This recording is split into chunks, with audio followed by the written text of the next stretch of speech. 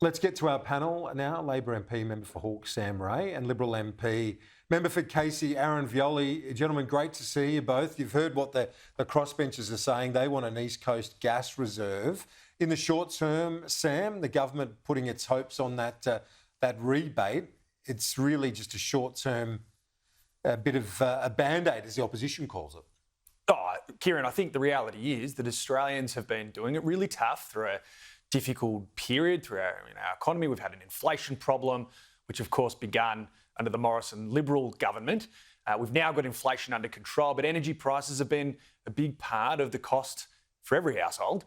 At the last budget, Labor implemented the energy rebates. That was to make sure that at each bill, every household got $75 off their bill. That's been a really successful program. It's a responsible way to take some of that cost pressure off households, and we're looking to extend that through the rest of this calendar year. The economy is recovering. We're heading in the right direction. We've had a good plan to deal with the inflation challenge, and now we just need to bring people back up into that growth zone that we're seeing on the horizon. Aaron Violi, I know that you're part of Melbourne. They've been feeling it, as has Sam's, but certainly in Casey they are as well in terms of cost of living, power bills. You must be relieved that the powers that be in your party have agreed to support this rebate.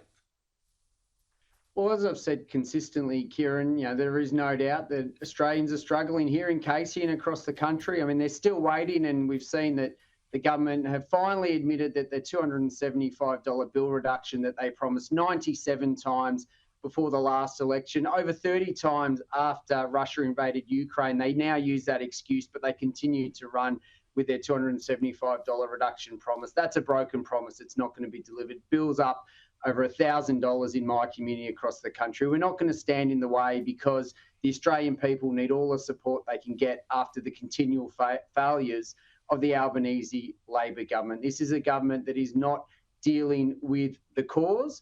They're dealing with the symptoms. It's what they've done for the last 18 months, because we know for the first 18 months of their government, they weren't concentrating on the cost of living crisis. They were distracted by the voice.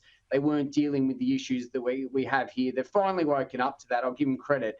But they are just putting a Band-Aid on. They're not addressing the core issues, and that's why you need more supply into the system. Gas can come online today and into the next 12 to 18 months to put more supply into the market, which will bring prices down. And this government has no short-term or long-term solutions other than $150, which is going to make a difference, but it's not going to make a tangible difference, and it's not going to make a structural difference.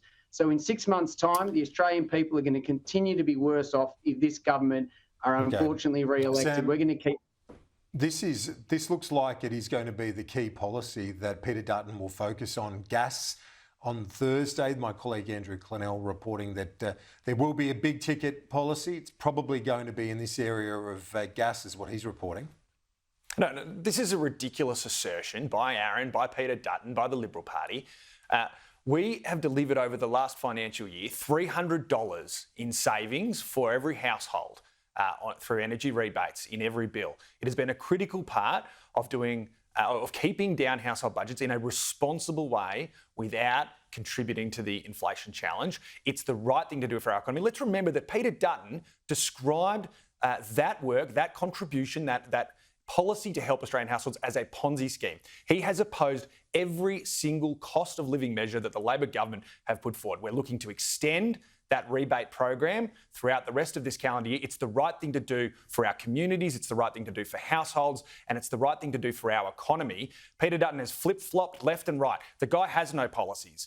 At the end of the day, we know that the Liberals don't have answers to these complex problems. We are working through them as a community. The Australian people have been carrying this burden, and Peter Dutton is just playing politics and trying to serve his own cheap political interests. Aaron Violi, to you on that. I guess the counter that you've made on this program many times is that that promise that was made for reductions in power bills of $275, which didn't eventuate.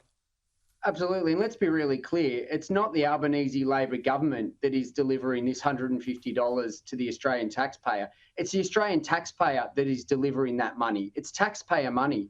So they are taking from taxpayers in one way, call it income tax if you like, and then giving that's it the way back government as a works. subsidy. Government makes decisions about taxpayer money.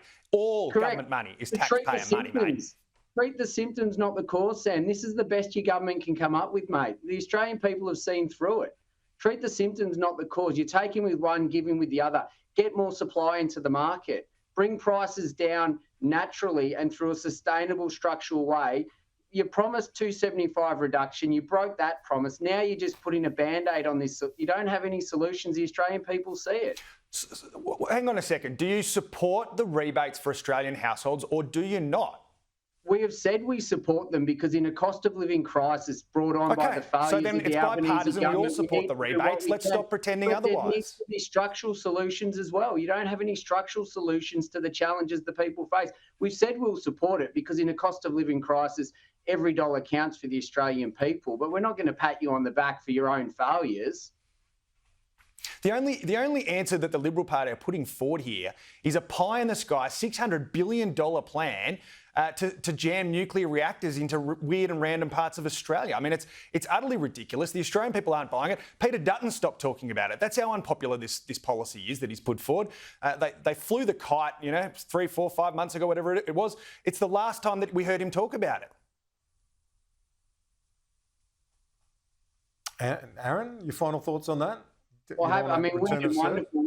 We've strategically announced 7 locations which are going where existing coal-fired plants exist for 3 reasons. 1, it supports those communities that need those sustainable jobs.